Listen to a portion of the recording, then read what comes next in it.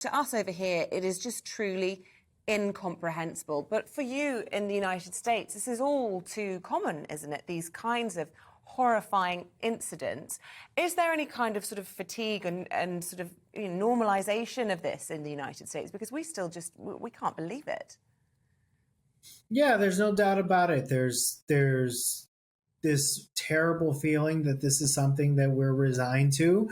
And there are people who are resigned to the fact that no matter what happens, there's a contingent of people who will not stomach any sort of reforms that to gun possession, to gun acquisition, or anything like that. And then there's people out there who say, well, we got to keep fighting.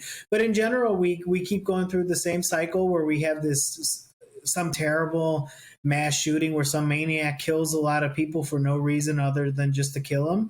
And people get upset and then they move on, and then there's another one. But Greg, what about you personally? Would you think twice about attending certain events? Do you think, no, maybe I'll not go there? Do you get worried about where you attend, and are you selective about the things you attend? Well, I can't live my life that way, but I think about it. You have to, if I go somewhere, I try to understand how I would get out of there and what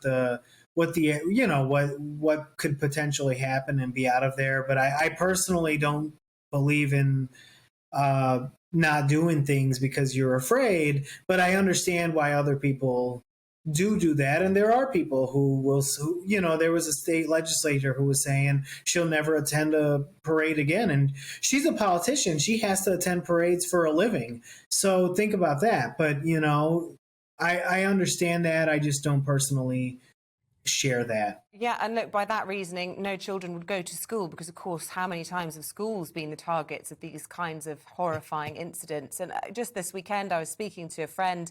We've got children the same age. She's been offered a job in the States, and she said, there's not a chance I'll be taking that job. Do I want my 5-year-old learning and being drilled in how to cope with an active shooter, which they do, weekly tests where they have to hide under tables and things? I mean, it's just unbelievable. Yeah, well, it's astounding what people will get used to in a society or in a culture, and that's what we're used to in our culture.